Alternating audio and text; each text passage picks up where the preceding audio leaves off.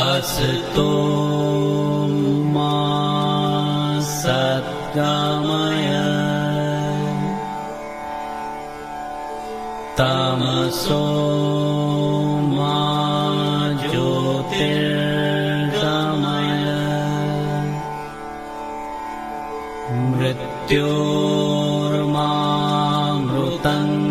मृत्योर्मामृतङ्गमय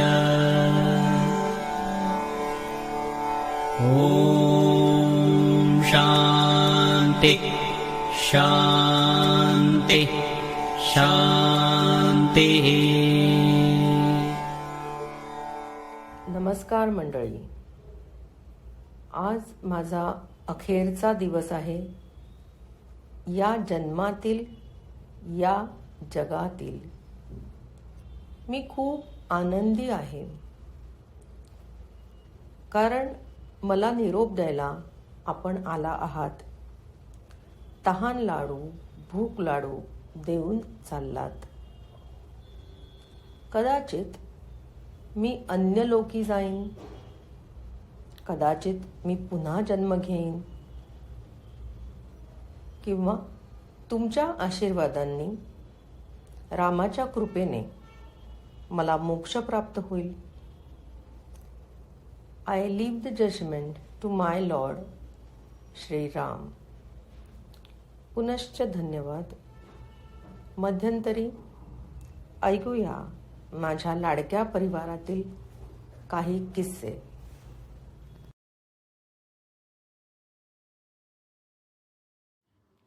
आजीबरोबर अशा खूप अमेझिंग आठवणी आहेत. बट आय थिंक सगळ्यात जास्त आजीचा माझा लाईफमध्ये इन्फ्लुएन्स जो आहे तो आहे की आजीमुळे मी रामरक्षा म्हणायला लागलो. लहानपणापासून मला आजीमुळे सवय लागली आणि मी आजही न चुकता रोज रामरक्षा म्हणतो.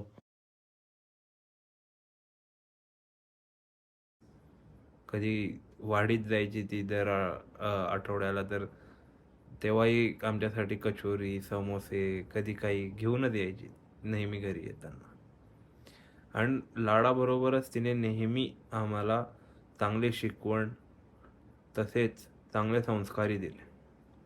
आज आजी नाही आहे आपल्याबरोबर, पण असं वाटतं की नेहमी तिचे आशीर्वाद नेहमी आपल्याबरोबरच राहतील.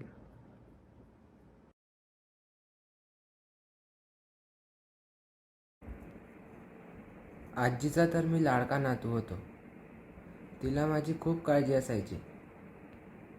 मी जर घरी एकटा राहिलो तर ती काहीही कामात असली तरी न चुकता मला फोन करायची. मला कॉलेजच्या शेवटच्या वर्षाला असताना मला प्रॅक्टिकलसाठी युनिव्हर्सिटी किंवा NCL मध्ये जावं लागायचं आणि खूप लांबपर्यंत सायकल चालवत जावं लागायचं.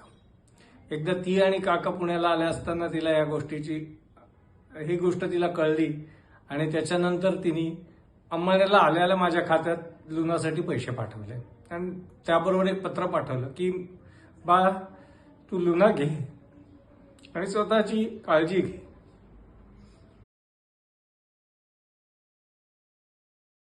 पाठीला पाठ लावून आलेल्या सख्ख्या बहिणी आमच्या पुष्कळ गोष्टी बरोबर व्हायच्या. आम्ही दोघी लहानपणापासून व्यायामशाळेत जायचो. सूर्यनमस्कार, हुतुतू, खो खो सगळे खेळ खेळायचो. सगळ्यामध्ये लेझिम वाजवायचा, सगळ्यात भाग घ्यायचो. आम्ही दोघी शाळेत पण एकाच होतो आणि मधल्या सुट्टीतला डबा आम्ही एकत्र खायचो.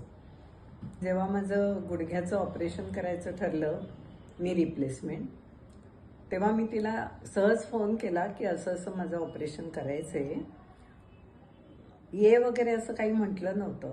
पण ती आपणहून त्याच्या आदल्या दिवशी आली आणि माझं ऑपरेशन झाल्यावर 10 दिवस मी हॉस्पिटलमध्ये होते. तेवढे 10 दिवस ती माझ्याबरोबर हॉस्पिटलमध्ये राहिली. आलिया भोगासी असावे सादर असं म्हणून आपली आपणच समजूत काढायची.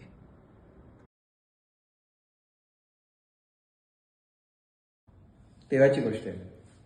दोघी एअरपोर्टवरून घरी आल्या आणि पहिला चहा पाणी वगैरे चालू होता. तेवढ्यात आमची एली एलीला पुष्पाने पाहिलं आणि तिचा फर्स्ट स्पॉन्टॅनियस रिस्पॉन्स, आधी तिला बाहेर काढ. आपल्या घरात लग्नकार्य म्हणजे शुभकार्य आहे, मंगलकार्य आहे, आणि घरात असलं काहीतरी छे, आपल्याला कुत्रा घरात नको. एक तर बाकी सर्व राहून दे, व्हेरी अनहायजेनिक प्रॅक्टिस. तर असेच 2 दिवस केले. 2 दिवसानंतर सकाळी ब्रेकफास्टच्या टेबलवर, अगं माधुरी, माधुरी माझी बायको,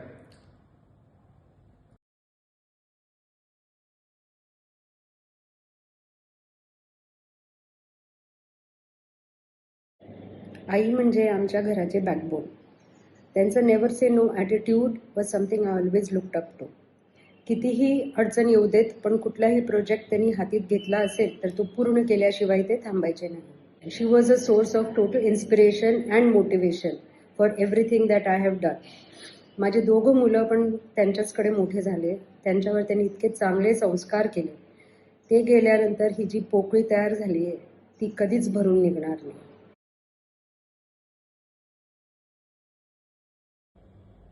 आईविषयी बोलायचं तर आता सुरुवात म्हणजे जेव्हा माझं लग्न ठरलं, मी बिराजशी लग्न करणार असं सांगितलं, तेव्हा बाबांचा विरोध होता.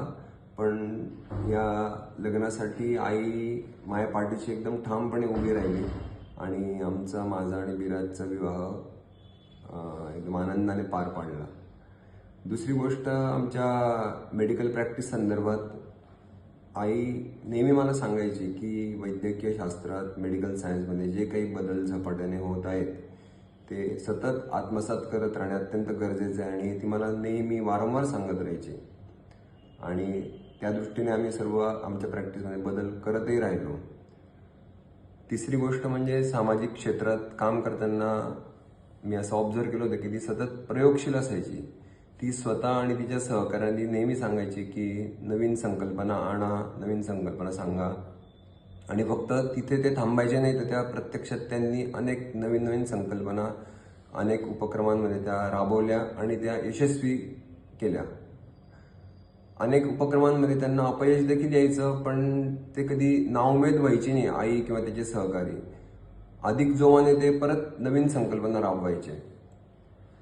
आणि शेवटचं आणि सर्वात महत्त्वाचं म्हणजे गेल्या 5-6 वर्षापासून माझं असं निरीक्षण होतं, ऑब्झर्वेशन होतं की आईचा तिच्या स्वभावामध्ये कंटेनमेंट, समाधान, संतुष्ट भाव हा खोलवर रुजत गेला होता.